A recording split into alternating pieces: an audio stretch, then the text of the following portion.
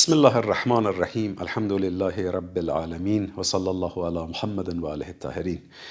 Inshallah, we are going to have a series of short lectures on one of the most profound du'as taught to us by Imams wa Ahlul Bayt alayhimus salam, by Imam Zainul Abidin alayhis salam, and that is dua Abu Hamza Althumali. Before getting into dua, I would like to just refer to a very important point that in Quran, Allah in Surah Ghafir, verse 60, reminds us that Ud'uni astajib lakum. Call me, then I will answer you. Then Allah says, إِنَّ الَّذِينَ يَسْتَكْبِرُونَ عَنْ عِبَادَتِي سَيَدْخُلُونَ جَهَنَّمَ دَاخِرِينَ. Those who are arrogant, and because of their arrogance they abandon, they reject to worship me, they will enter Jahannam in humiliation. From this verse we understand that first dua itself is ibadah. One of the types of worship is dua, is to call Allah. That's why Allah says, إِنَّ الَّذِينَ يَسْتَكْبِرُونَ عَنْ عِبَادَتِي. Those who do not call Allah, they are not worshipping Allah. They abandon worshipping Allah subhanahu wa ta'ala.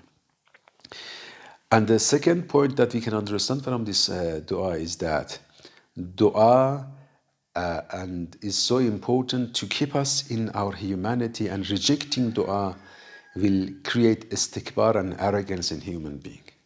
So one of the important functions of dua is to remind us one of the very central elements in us, and that is faqr, that is poverty. We are poor when it comes to Allah subhanahu wa ta'ala. No matter how much you have, no matter what you have, with all the money, with all the wealth, with all the family, with all the blessings of Allah, with all the knowledge that you have to feel that you are in poverty towards Allah. Ya ayyuhan nasu antumul fughara'u ila Allah. When it comes to Allah, you are faqir. You don't have anything independently from yourselves. Everything is from Allah subhanahu wa ta'ala. And dua is something that keeps us in this line of poverty towards Allah.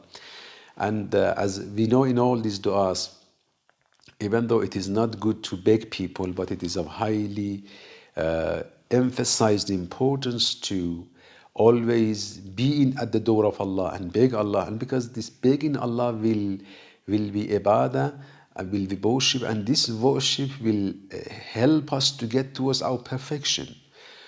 It helps us to go towards what we have been created for, and that is the perfect human level that you can achieve it by getting close to Allah subhanahu wa ta'ala. As Allah subhanahu wa ta'ala in Quran, again in another place in Surah Zariyat verse 56 says, Allah says, وَمَا خَلَقْتُ الْجِنَّ وَالْإِنسَ إِلَّا لِيَعْبُدُونَ. I didn't create jinns or human other than for worship. So the purpose of creation is worship. But the point is that worship is an act, and never an act can be ultimate goal. In humans' life, acts are never ultimate goal. Usually you do things in order to reach to a state, and that state can be the purpose of what you do in your life. We in our life look for some states. We define some states in our life as goals, and we struggle, do different acts to achieve them.